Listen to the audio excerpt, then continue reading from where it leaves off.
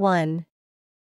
The test time of the second session is 80 minutes, and the pass scores are 70 or above. The examinee can ask the examiners only once for grading the designated items, including the voltage measurement, positioning calibration, and robot functions.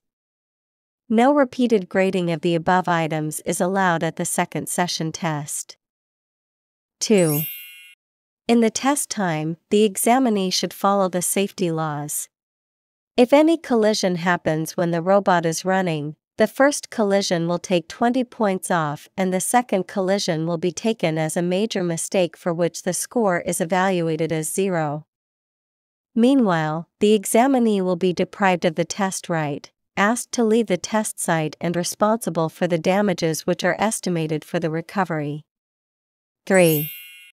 The chief examiner will announce the starting of the second session test when every examinee, carrying a voltmeter, stands in front of the robot table. Timer starts counting down in the test. 4. Operational procedure is regulated as follows.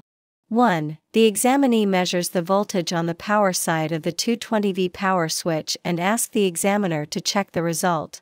Turn on the power switch. The examinee measures the voltage on the device side and asks the examiner again to check the result. Shut off the power switch. If the examinee fails during this operation, it is a major mistake. 2. The examinee should do the wiring task when the power supplies of 110V and 220V are shut off from the robot table. 3. The electric panel must be checked without short circuit. The examinee, then, plugs in for the power supplies of 110V and 220V. Confirm that no thumb disk is plugged in for the IPC controller. After the above operations and confirmation, the examinee may boot up the IPC controller. 4. After the booting up of the controller, the examinee must do the calibration for the sixth joint. The examiner will not check the result. Following the joint calibration, the examinee let the robot return to the home position. The examinee makes sure for the option of the joint coordinates. Jump to the position page on the teaching panel, TP, and check whether the reading of A6 is 0. When the examinee asks the examiner for the evaluation of the joint calibration, the alignment at the sixth joint must be confirmed with the mark lines on the sixth link and the rotating plate for installing the end effectors. If the examinee passes the joint calibration test, the test will go on for the points calibration. If the examinee fails about the joint calibration, it will be considered as a major mistake. 5. Plugging in the thumb disk for the IPC controller. The examinee should duplicate the program in the first session for the HRSS running on the IPC controller. With the option of T1, the examinee starts point teaching with slow motion. No collision is allowed for the calibration. If collision happens, the scores will be taken off according to the regulations on the grading table. 6. The program test will follow the point calibration. The arrangement of the workpiece on the plate A should be in accordance with the designated theme. No mistake is allowed for the arrangement.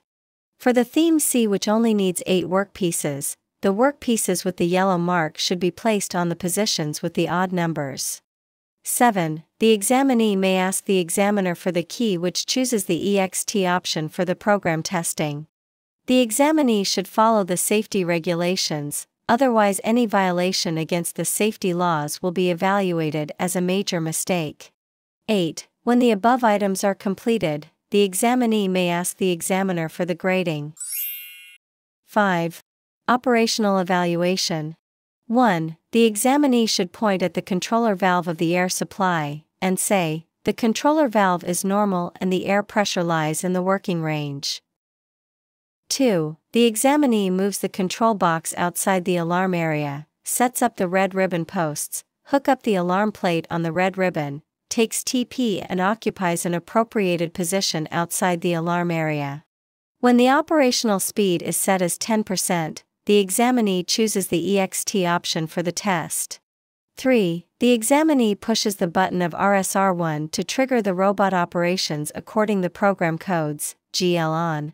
While the robot continues to operate in the test, The examiner will give the stop instruction for the examinee, who should pause the robot operation with the application of TP.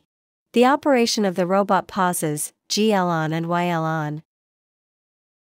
When the examiner asks for continuing the robot operations, the examinee pushes the ST button.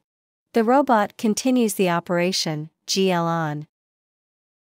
4. When the operational test is finished, the examinee returns the robot for the home position, pushes down the emergency button of TP, RL on, removes the alarm plate off the red ribbon, restores the red ribbon posts, hangs up the TP and returns the controller box on the robot table.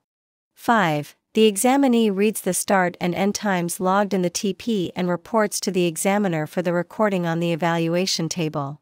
6. Read switch grading by the examiners. The program is executed with the option T1. In the initialization process, the examiner asks the examinee to pause the operation.